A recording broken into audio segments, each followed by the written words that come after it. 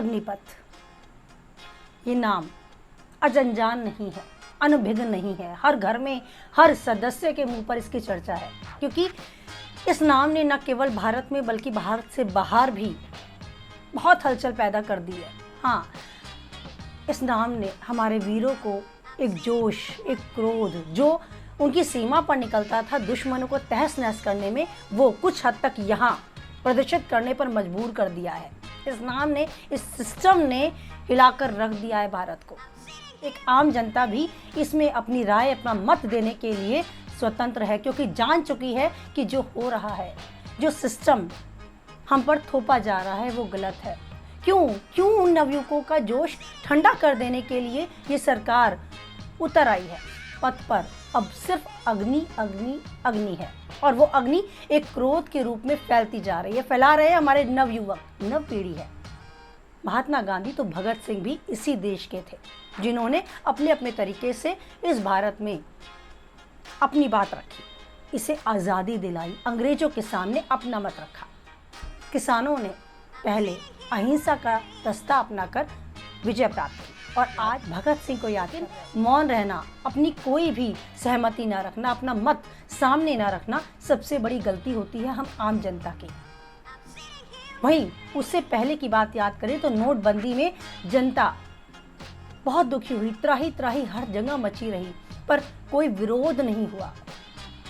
किसी बाप के घर में बेटी की डोली नहीं उठ पाई, किसी माँ के बेटे को दवाई तक नहीं मिल पाई, बहू की डिलीवरी में बहुत कॉम्प्लिकेशंस हो गए। रीज़न सिर्फ ये कि पुराने नोट बंद कर दिए गए। हमारे मुखिया ने ज़रा भी नहीं सोचा कि आम जनता का होगा क्या। सब कुछ हमने सहा, चुप रहे, मौन रहे। क्या उस मुखिया को इस आम जनता के लिए कुछ ऐसा नहीं करना चाहिए था? एक नोटों से भरा बैंक गाड़ियों में लदकर आ जाता ना गलियों में, उन बहुओं के लिए, उन बेटियों के लिए, उस बूढ़े माँ बाप के लिए, उनकी सेवा के लिए आगे आता और कहता, लीजिए नए नोट लीजिए और पुराने नोट हमें दीजिए, हम आपकी सेवा में तत्पर हैं। इसे कहते हैं सेवा, इसे कहते हैं पॉलिसी। लेकिन हाँ, हमारे मुखिया शायद सोच चुके थे कि इस तरह से कुछ कर दूंगा तो होता चला जाएगा। ये जनता ना बहुत सीधी है, लेकिन ये नवयुवक इतनी जल्दी आपके झांसे में नहीं आने वाले। ये गलती आप कर बैठे थे, एकदम से इस तरह की कोई पॉलिसी, इस तरह का कोई सिस्टम लेकर आने से पहले सहमति तो लेते।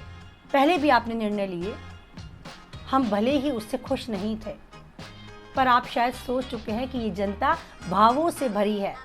आपने कोरोना के चलते थालियां बजवाई, हमने बजाई, आपने दिए जलवाए, हमने जलाए। आपको हमने चुना क्योंकि हमने माना कि ये चाय बेचने वाला है, हमारे भावनाओं को समझेगा। एक उस निम्न वर्ग की श्रेणी से ऊपर उठा है तो इसे उठा दे, इसे कुर्सी पर बैठा दें, ये हमें समझेगा। अब नव पीढ़ी जो चाहती है देश की सीमा पर खड़ा होना, देश के लिए शहीद हो जाना, अपने परिवार की किसी भी समस्या, किसी भी खुशी, किसी भी तीज त्योहार में शामिल ना होकर देश के लिए मर मिटने का जज्बा तभी से वो बुनने लगते हैं जब वो इसकी तैयारी में जुट जाते हैं। लगभग 4, 5, 6 साल की तैयारी के बाद वो इस नौकरी को पाते हैं, और अब नौकरी 4 साल की नौकरी उनके जोश को क्या बढ़ा पाएगी या वहीं ठंडा कर देगी? उस बूढ़े इंसान से पूछे जिसने नौकरी की है सेना में, उससे उसके पिछले पलों को कहे कि हमें कुछ अच्छे से यादें दे, तो वो अपने उस युद्ध की यादें देते देते भी बहुत जोशीला हो जाता है। फिर वही जोश उसकी रगों में, उसके चेहरे पर दिखने लगता है। जवानी में जोश बुढ़ापे में नजर आने लगता है, क्योंकि वो यादें आज भी वो बुनता है, उन्हें संजो के रखता है। और आप उस 15-16 साल की नौकरी को 22-23 की ना करके 4 साल में सीमित करना चाहते हैं। कैसे सीमित कर देंगे आप उस नव पीढ़ी की जोश को, जो उनके रगों में अब तैयारी के साथ बढ़ता जा रहा है? गलत है ना? वो बहुत गलत आप लोग कर रहे हैं, जिसका परिणाम इस नवयुवक पीढ़ी को अब भुगतना पड़ रहा है। इसकी क्षतिपूर्ति, जो हिंसा वो लोग कर रहे हैं, इसकी क्षतिपूर्ति भी हम जानते हैं, ये जनता जानती है, सब हमसे होगी। किराया बढ़ाकर, अनचाहे कर लगाकर आप क्षतिपूर्ति कर लेंगे, ये सरकार सब भरपाई कर लेगी। लेकिन अच्छा ये होगा कि आप जल्द से जल्द निर्णय पर आएँ और ज़्यादा तहस नहस ना इस भारत को होने दें और ना उस क्रोध को और ज़्यादा बढ़ने दें। क्या कर जाए ये नवयुवक, आप कल्पना भी नहीं कर सकते। एकदम से बोल दिया जाए तो ठीक रहेगा, लेकिन यहाँ गलती पर हैं आप सब। थोड़ा सा चिंतन करें, मनन करें और फिर किसी नतीजे पे पहुँचें।